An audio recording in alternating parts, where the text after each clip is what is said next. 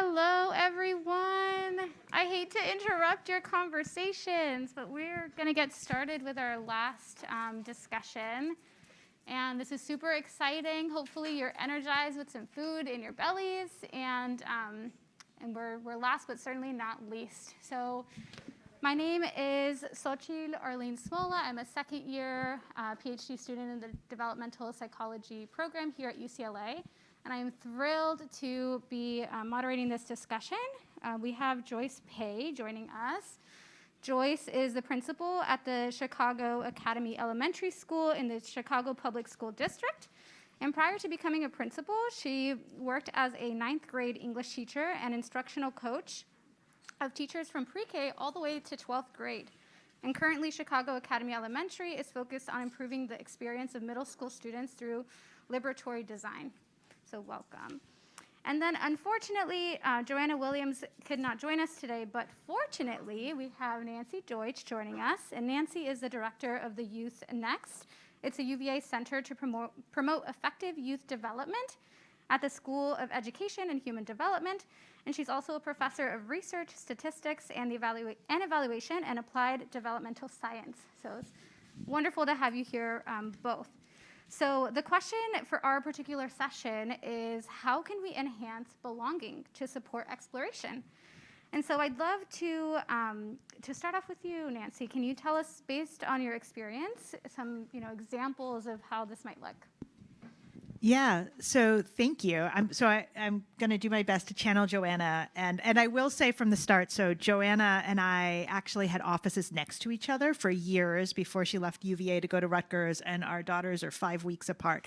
So I feel like Joanna and I are close. So I'm gonna think about her as I answer. So I think I want to start with thinking about the why, actually. Can I start with that part? Okay. Of course. So why is belonging so important during adolescence in order to support exploration? And I think one thing that came up at our table, was actually attachment, right? And I do think there's a lot that goes back to attachment, right? So if you think about the ways in which we need to feel safe to be able to explore the world, that is also true for adolescents. And because adolescents are so focused on thinking about who they are in the world and who they, their identities, who they are, where they fit in, that is amped up, to use the language of earlier of Ron. That sense of belonging is even more important to them, right? They're trying to figure out, where do I belong as a person? Where are my identities? And accepted. And so that also means they are also increasingly focused on where and when are those identities being disrespected or not accepted? Where are they not fitting in, right? And where do I not belong? And that will dampen their desire or their sense of safety for exploring. So when we think about concrete examples of how we can enhance belonging to support exploration, I think we need to think about how to create environments where young people feel that their whole selves belong, where they can bring every piece of their identity into that room and have it be respected and valued. One example I often give is the difference between accommodating a young person and making that young person feel like they belong. And the example was actually given to me by a young trans student who was talking to me about their high school experience. And they said, so we have single gender bathrooms for students at my high school. And so the way that I have been accommodated is to, I probably added that word, I don't know that they used accommodated, but they said the solution they gave me for how to use the bathroom was that every time I need to use the bathroom, I go get a key from a teacher and I can use the teacher's bathroom, right? That accommodated their identity, but it did not validate it or make the student feel like this space was meant for them. So I think when we think about how we enhance belonging, we really have to think about, how do we invite young people's multiple identities into the room, and particularly think about the ways that marginalized identities are being invited into the space and validated.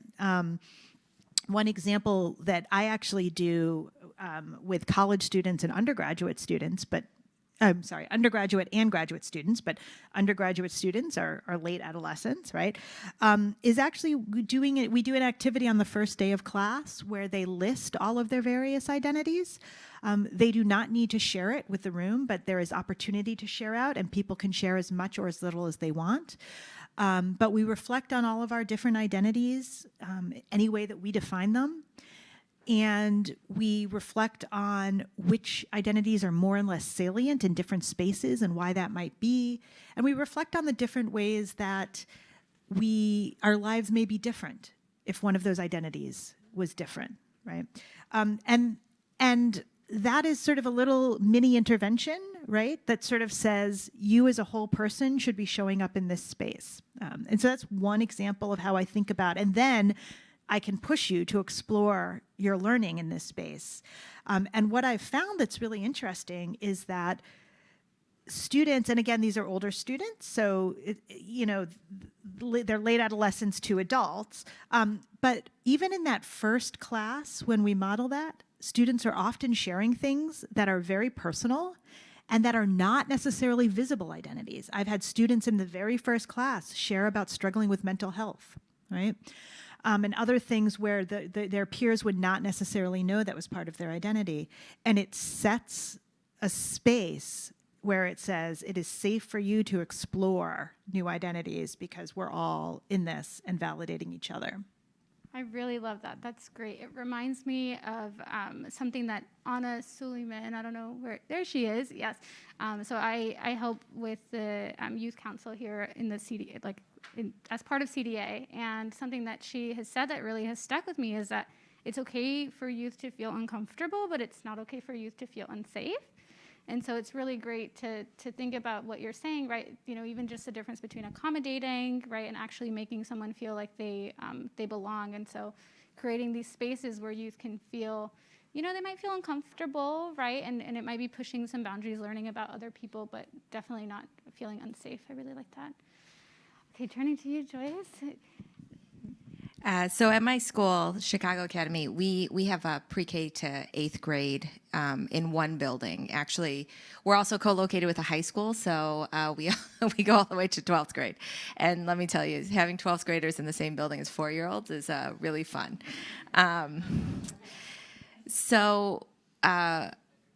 During the school shutdown, we actually had an opportunity to join with Nancy and Youth Next and UVA to examine our middle school. We knew anecdotally and looking at our data that middle school was not working for our kids.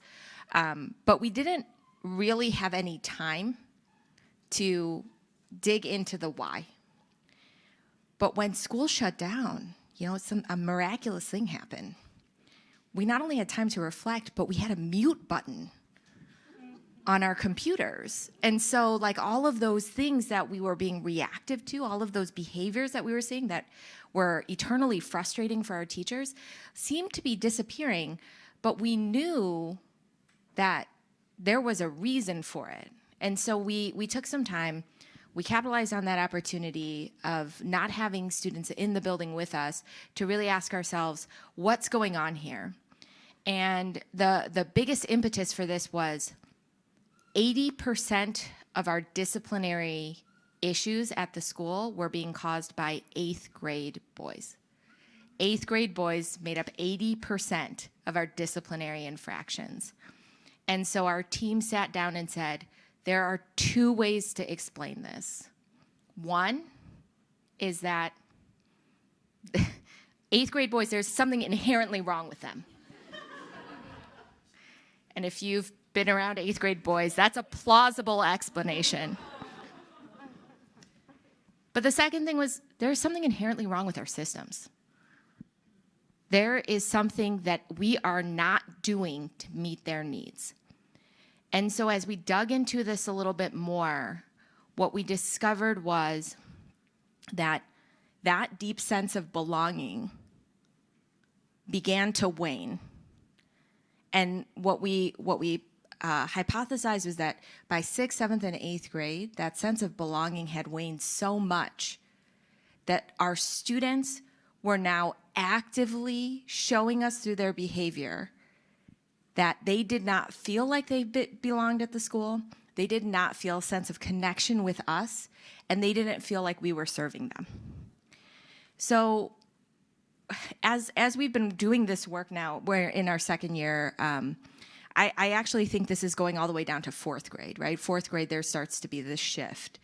And what we're starting to discover is that some of the things that we have done, because we are a pre-K to 8th grade school, some of the things we've done for our younger kids, we've kept in place for our older kids.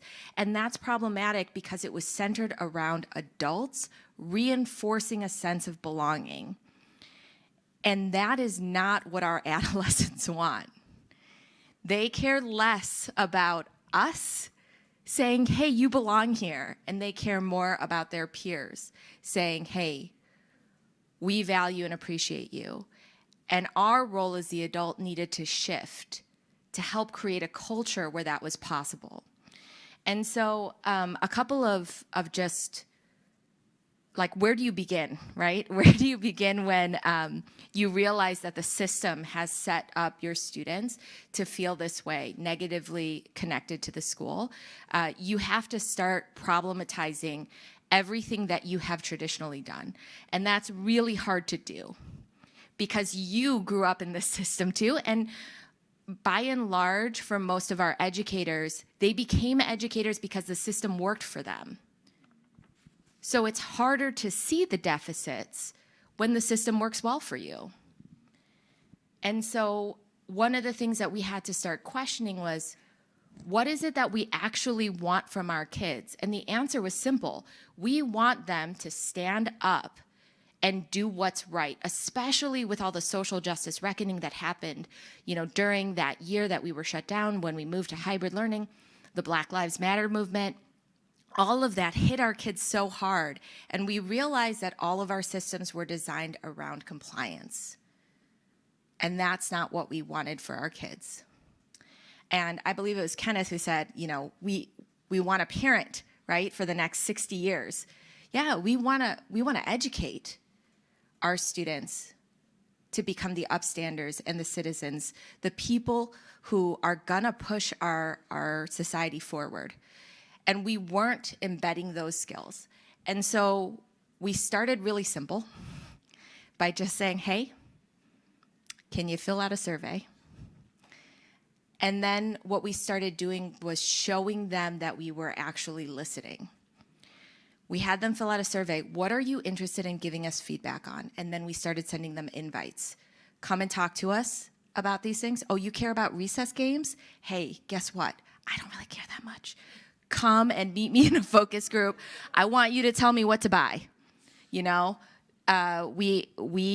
knew that our dress code was problematic. It was heavily biased against girls. So we asked our students, who's interested in looking at the dress code? They showed up, and let me tell you, systemic oppression is really, really a thing. The kids were like, oh, that dress code is fine. It's fine. Girls can't wear lipstick? I get it. What do you get about that? Why can't girls wear lipstick? And they would say, well, it's distracting. Distracting to whom? To the boys. So we should police your body because the boys can't control themselves. And when I said it like that, then they said, let's get rid of that. But we had to problematize these things, and we had to also help them to question why these rules existed. So those were a couple of the small ways that we started. Right now, one of the bigger things that we're doing, because we were so targeting our 8th grade students and really wanting them to have voice in the school, we started meeting after school once a month to have co-generative dialogues where we just checked in. Hey, what's going well for you? What do you want to see? We got a really strange suggestion. They wanted tea as an option for a beverage during lunch. I said, I don't think we can create boiling hot water for you guys to use safely, so I'm not sure we can do that. What else do you want? But just creating a forum for them to have voice really made a difference. And what we saw in our data was that our 8th grade conflicts have decreased dramatically. unintended consequence, our 6th and 7th grade conflicts have gone up substantially.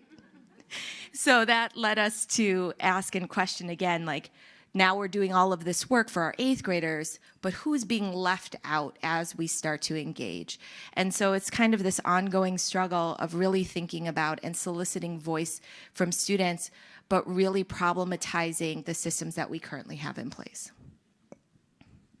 That was brilliant. Thank you for sharing your insights. So what I've been hearing a lot in the past discussions, and especially in this one, is the importance of belonging and mattering and having a purpose and being able to contribute. And it sounds like in the school, you're bringing them in, allowing them to share and contribute to the decision making.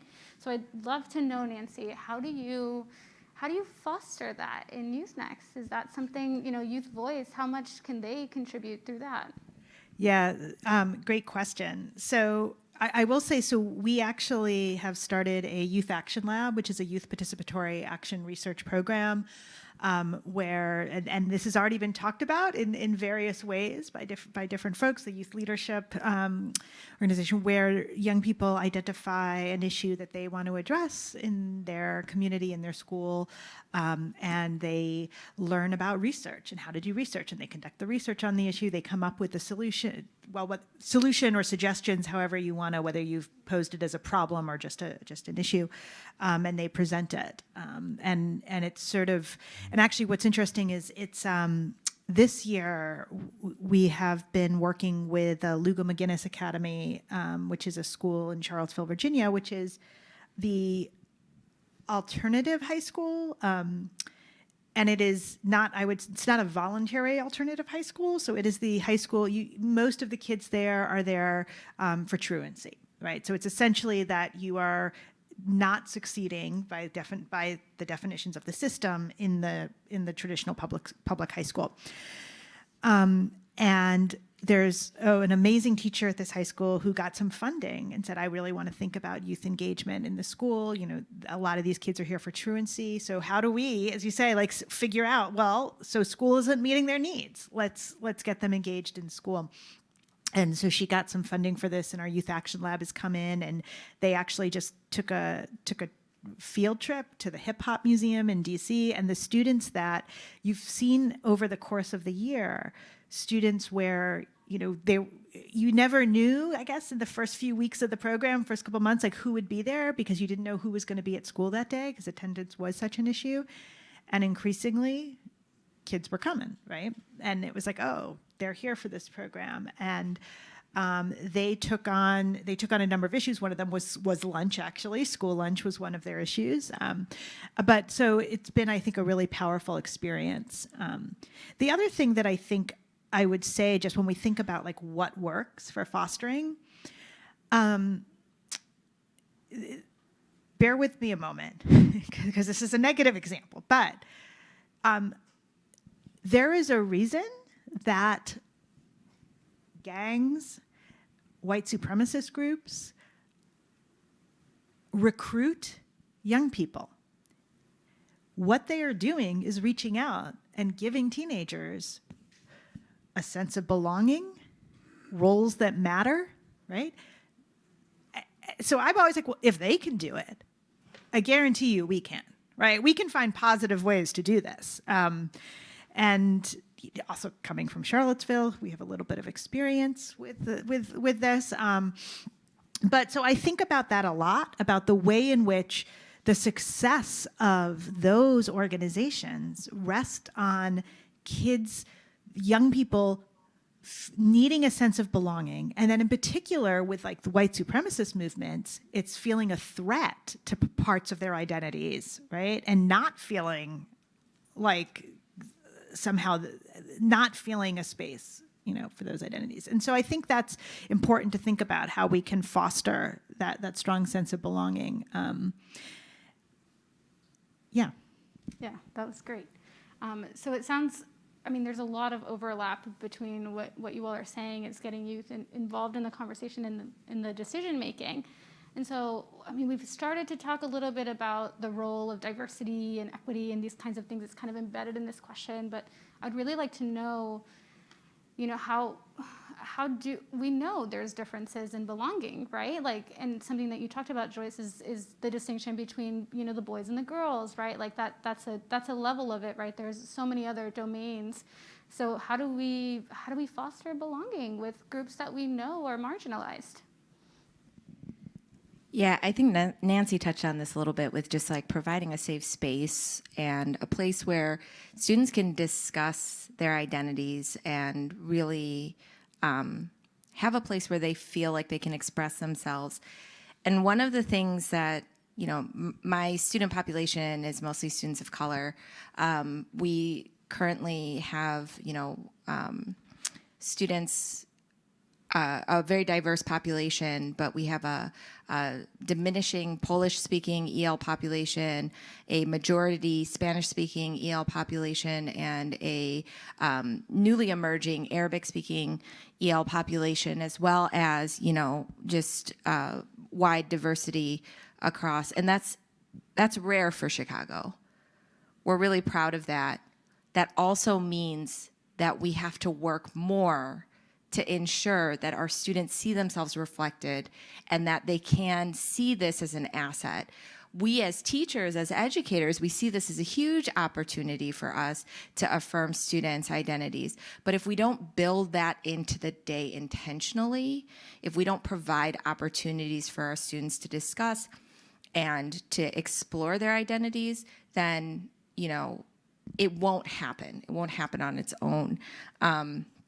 Another thing that I've come to realize as we get deeper into this work is that our students actually have the most amazing capacity to affirm each other and to also empathize with each other, to be compassionate, and to forgive when there are missteps. And often it's us as adults who, well-meaning, you know, and have the best intentions, accidentally propagate these things, or maybe on purpose propagate these ideas. And so we've made some intentional moves to think about the ways that we can change that within our systems. And I'm talking explicitly about systems because that's what I have the most control over as an administrator. But simple things like, for instance, you know, a lot of our parents, well-meaning, well-intentioned, when their students are in conflict, they don't want their kid to be around that other kid. And they say the other kid, oh, well, I don't know what kind of home they came from. And in my family, we don't do that. And we teach our kid this value. And so we're very explicit about or intentional about the language that we use. First, we say, I don't think there's any family who would condone behavior like this. We also tell our families specifically, our job is to bring kids together, not to separate them. And that our students are going to learn more by bringing them together than they will ever learn by us separating them. And quite frankly, they're going to be in conflict for the rest of their life. We want them to have healthy ways of dealing with those conflicts and struggles and not be avoidant. But what we've had to do really is just, again, take that asset-based approach that our students come with so many strengths, and one of them is this amazing capacity to bring each other in, but they're often being modeled something else from adults, and then they begin to replicate that system, right? So how do we start by modeling something different for them? Does that answer? Yes, that absolutely makes sense. So what I'm hearing you both say is this importance of fostering belonging between peers, right? Between them. They're not really looking to adults in that way for belonging.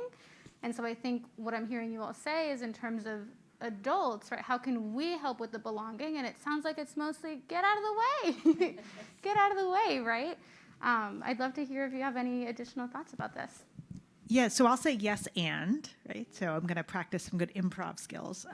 Yes and. I think that there is an important, it's a myth that adolescents don't actually also want adult support, right? And so one of the things when we were looking at, we were doing research on adolescents' relationships with important non-parental adults, right? And one of the things that we heard over and over was, and this word came up earlier, I think, Jamila, from you, about noticing. Was that? Yeah. So it was noticing and the importance of adults noticing. And that was actually super important, right? And it was a small thing. It wasn't like, oh, they pulled me aside and we had an hour-long discussion every day after school. It's like, no, on Monday they asked how my soccer game was. They noticed, they noticed me, or, oh yeah, they noticed I seemed to be under the weather and just quickly asked me how I was or something, right? So I think having an adult notice you is still also important. So it's not, I think it's get out of the way and notice when you need to be not in the way, but when you need to step in, right? It's noticing when you need to step in. Yeah, I like that distinction. Okay, so I want to end with one last question for you both. And what I was noticing with Youth Next, 3 of the core domains of the program, one of which is community engagement and civic and political engagement. And then with liberatory design that you all try to embody in your school, there's this, the entire design of it, right, kind of comes around civic and political engagement and community engagement and that kind of thing. And so I'm wondering how, is there a way that we can use that to foster belonging? Like, how does that play a role in belonging? Okay, you're nodding your head. Go. Yeah. So, all right, I'll start. I'm like, yes. So, I think it goes back to that idea of, first of all, that is one way of finding a sense of belonging, right? It's like, what are the issues I care about and who are the other people who care about them, right? And how do we work together? It can also foster relationships between people from diverse backgrounds, right? Oh, we both care about X, right? We may have different identities, but we care about X. Because I also was going to say that as important as it is, and I'm channeling Joanna here. So I know Joanna, I know the scholar she really looks to also is Beverly Tatum and the Why Are All the Black Kids Sitting Together in the Cafeteria, right? And the importance of affinity also, right? That we do need affinity groups. We need to be with people. But it also is not just about certain identities, right? So it's figuring out how do we have affinity groups around one identity and also work across identities around things we care about, right? And I think that civic and community engagement and social justice issues are a big piece of that. And and I think youth are already doing this, right? Youth across movements, youth have recognized that climate justice and racial justice and food justice are all linked, right? And they're doing the work to work together. It seems to be, in this case, it is the adults who are like, need to get out of the way and let them do that work or find ways to amplify and support it. So I think it is a great way to find a sense of belonging with others who share common interest. And I think also it goes back to what was said in previous sessions too, just like what I do matters. What I do, I can make an impact, I can make a difference, and people are going to listen to me. And it gives them an outlet, a way of doing that, and a way of concretely seeing impact. I like that. And I think moving into the table discussions, maybe something that we can think about too is, we talked about the brave space, right? And how much each individual is willing to spread out. And maybe that area is, maybe not as large or maybe different for non-people of color, like youth that aren't of color, right? So how do we not put the onus fully on youth of color to engage in civic engagement and answer these questions and bring in, allies that can help do this, and it enhances belonging. So maybe that's a question that you can incorporate in your small tables. So thank you so much, and I'm excited.